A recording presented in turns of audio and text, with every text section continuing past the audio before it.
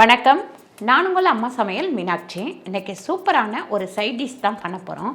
என்னென்னு பார்த்தீங்கன்னா, பச்சை பட்டாணியும் உருளைக்கிழங்கும் வச்சு ஒரு வறுவல். இது சாப்பாட்டுக்கெலாம் நம்ம சைட் டிஷ்ஷாக வச்சுக்கலாம். சப்பாத்திக்கு இது ட்ரையாக பண்ணி நம்ம எங்கேயாவது போகிறோம் அப்படின்னா கொண்டு போகலாம். எப்படி பண்ணுறதுன்னு பார்க்கலாம் வாங்க. இன்றைக்கி நம்ம இந்த வறுவலை தேங்காய் எண்ணெய் வச்சு தான் பண்ண போகிறோம். டிசானோ கம்பெனி. ஒரு 3 ஸ்பூன் அளவுக்கு தேங்காய் எண்ணெய் போட்டுக்கலாம். எண்ணெய் நல்லா காயட்டும்.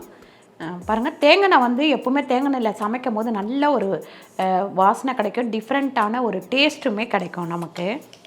ஒரு அரை ஸ்பூன் அளவுக்கு கடுகு சேர்த்துக்கலாம். இப்போ நம்ம பச்சை மிளகா ஒரு 2 கீரி வச்சுருக்கேன், அதையும் சேர்த்துக்கலாம். அதுக்கப்புறம் பார்த்திங்கன்னா ஒரு 20 பல் பூண்டும் சேர்த்துக்கலாம். நான் நல்லா தட்டி வச்சுருக்கேன், அதே மாதிரி தட்டி எடுத்துக்கோங்க. அடுத்து பெரிய வெங்காயம் 2 நறுக்கி வச்சுருக்க பொடியாக இதையும் சேர்த்துக்கலாம். ஒரு 3/4 ஸ்பூன் அளவுக்கு உப்பு சேர்த்துக்கலாம். மஞ்சள்தூள் ஒரு 1/4 டீஸ்பூன் சேர்த்துக்கலாம். நல்லா வெங்காயம் வதங்கிக்கிட்டோம். இப்போ நம்ம தக்காளி 2 தக்காளி நறுக்கி வச்சுருக்கேன், அதையும் சேர்த்துப்போம். இப்போ இதில் கொஞ்சம் கருவேப்பிலை சேர்த்துக்கலாம். இப்போ இதில் மட்டன் மசாலா 1 ஸ்பூன் அளவுக்கு சேர்த்துக்கலாம். அதுக்கப்புறம் நம்ம வெறும் மிளகாத்தூள் ஒரு 2 ஸ்பூன் சேர்த்துக்கலாம். இதில் இப்போ உரித்து வச்சுருக்க பச்சை பட்டாணியை சேர்த்துப்போம்.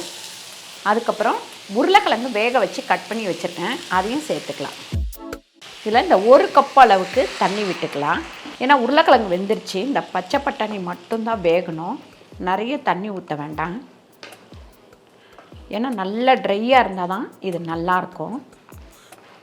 இப்போ மூடி ஒரு 5 நிமிஷம் வேகட்டும். உருளைக்கிழங்கு பட்டாணி ரெடி ஆயிடுச்சு. இந்த பச்சை பட்டாணியில் பண்ணும்போது செம்ம டேஸ்ட்டாக இருக்கும். சில நேரம் நம்ம இந்த சீசன் இல்லாத நேரம் பச்சை பட்டாணியை வாங்கி ஊற வச்சு பண்ணலாம், அது கூட நல்லாயிருக்கும். இப்போ இது மேலே கொஞ்சமாக கொத்தமல்லி போட்டுக்கலாம். இப்போ இறக்கி இதை வேறு பாத்திரத்தில் மாற்றிக்கலாம்.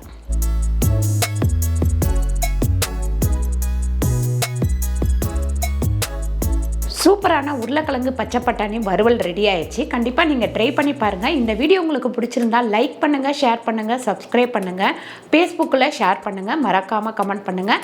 நன்றி, வணக்கம்.